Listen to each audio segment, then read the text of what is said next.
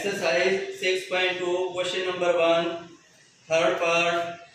अभाज्य गुणनखंड विधि से घनमूल ज्ञात करो। अभाज्य गुणनखंड विधि का मतलब है प्राइम फैक्टराइजेशन मेथड। कौन सा मेथड है? Prime factorisation method. 10,648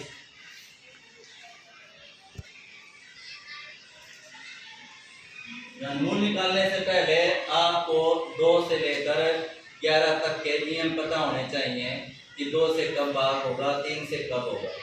हम साथ के साथ अपने जो नियम है, जो रूल है, वो भी साथ के साथ बताते चले। पीछे का एक अंक कितना है? 8 यानी कि 2 से बाजी बनता है। 2 पंजे 10, 2 तिया 6, 2 दूनी 2 चौके इकाई का अंक क्या है? 4। फिर से 2 से विभाजित होगा। 2 दूनी 4, 1 बचा, 2 छिक 12, फिर से 1 बचा, 2 छिक 12, 2 दूनी 4। इकाई का अंक फिर 2 आ गया, फिर से 2 से 2 एकम 2, 2 तिया 6, 2 तिया 6, 2 एकम 2।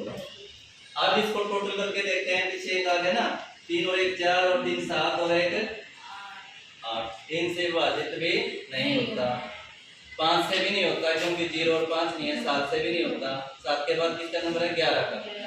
11 से करने के लिए देखो, पहला अक्षर और तीसरा अक्षर जोड़ो, 1 और 3 4।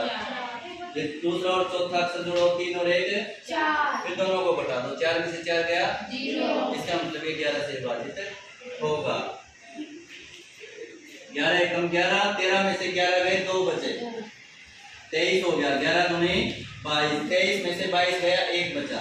यहाँ पीछे 1 है, 11 हुआ। 11 एकम, फिर से 11 से 11 एकम 11, 12 में से 11 गया, 1 बचा, आगे 1 है, 11 एकम, फिर से 11 से 11 एकम। अब यहाँ पे घनमूल लगाना आपने ऐसे 10,648। ये है वर्गमूल।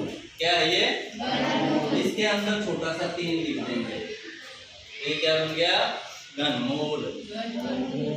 अब बराबर में इसकी वैल्यू रखेंगे। इसकी वैल्यूज है आपके पास 2 3 बार है और 11 भी 3 बार है। यहाँ भी 3 लिखेंगे छोटा सा। इसके अंदर 11 गुना 11 गुना 11। अब 3 का पेयर है, यहाँ 3 में से 1 लिखना है। 3 में से 1, इन 3 में से 1 11, 11 दूनी 22। ये आपका आंसर।